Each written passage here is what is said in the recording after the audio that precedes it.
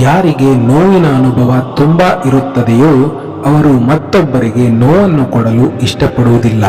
ಕಷ್ಟವೂ ದೊಡ್ಡದಲ್ಲ, ಸುಖವೂ ದೊಡ್ಡದಲ್ಲ, ಇವೆರಡನ್ನೂ ನಿಭಾಯಿಸುವ ಮನಸ್ಸೇ ದೊಡ್ಡದು. ನಂಬಿಕೆ ಸಿಗಬೇಕಾದರೆ ಯೋಗ ಇರಬೇಕು. ಅದೇ ನಂಬಿಕೆಯನ್ನು ಉಳಿಸಿಕೊಳ್ಳಬೇಕಾದರೆ ಯೋಗ್ಯತೆ ಇರಬೇಕು. ತಾವಾಯ್ತು ತಮ್ಮ ಕೆಲಸವಾಯ್ತು ಅಂತ ನೆಮ್ಮದಿಯಿಂದ ಬದುಕುವವರನ್ನು ಅವರ ಪಾಡಿಗೆ ಇರಲು ಬಿಡದೆ ಅವರ ಏಳಿಗೆಯನ್ನು ಸಹಿಸದ ಕೆಲವರು ಅವರ ಮೇಲೆ ಆರೋಪ, ಅಪಪ್ರಚಾರ, ನಿಂದನೆಯನ್ನು ಮಾಡಿ ಅವರನ್ನು ಸಮಾಜದ ದೃಷ್ಟಿಯಲ್ಲಿ ಕೆಟ್ಟವರನ್ನಾಗಿಸಬಹುದು. ಆದರೆ ಮೇಲೊಬ್ಬ ಎಲ್ಲವನ್ನೂ ನೋಡುತ್ತಿರುತ್ತಾನೆ.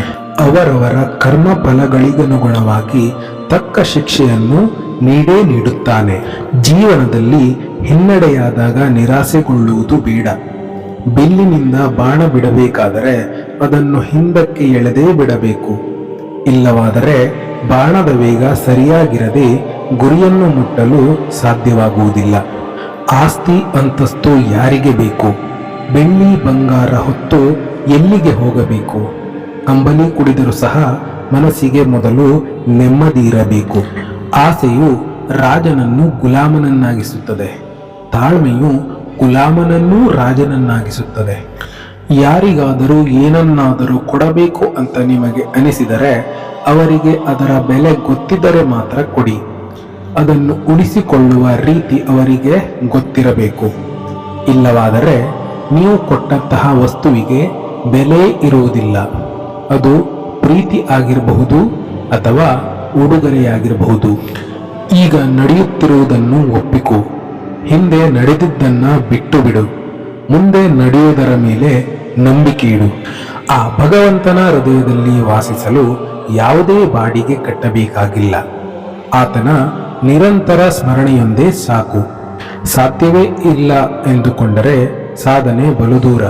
ಮನಸ್ಸು ಮಾಡಿ ನಿಂತರೆ ಎಲ್ಲದರಲ್ಲೂ ನೀನೇ ಹಮ್ಮೀರ. ಕಾಯುವ ತಾಳ್ಮೆ ಇರಲಿ. ಕಷ್ಟಪಟ್ಟವನಿಗೆ ಫಲ ಸಿಕ್ಕೇ ಸಿಗುತ್ತದೆ. ಪ್ರಯತ್ನ ಸದಾ ಸಾಗುತ್ತಿರಲಿ. ಪ್ರತಿಫಲ ನಿನ್ನಲ್ಲಿಗೆ ಬರುತ್ತದೆ. ಕಣ್ಣು ಮುಚ್ಚಿ ತೆರೆಯುವಷ್ಟರಲ್ಲಿ ಗಿಡ ಮರವಾಗಿ ಬೆಳೆಯುವುದಿಲ್ಲ, ಹಳ್ಳ ಸಾಗರವಾಗುವುದಿಲ್ಲ.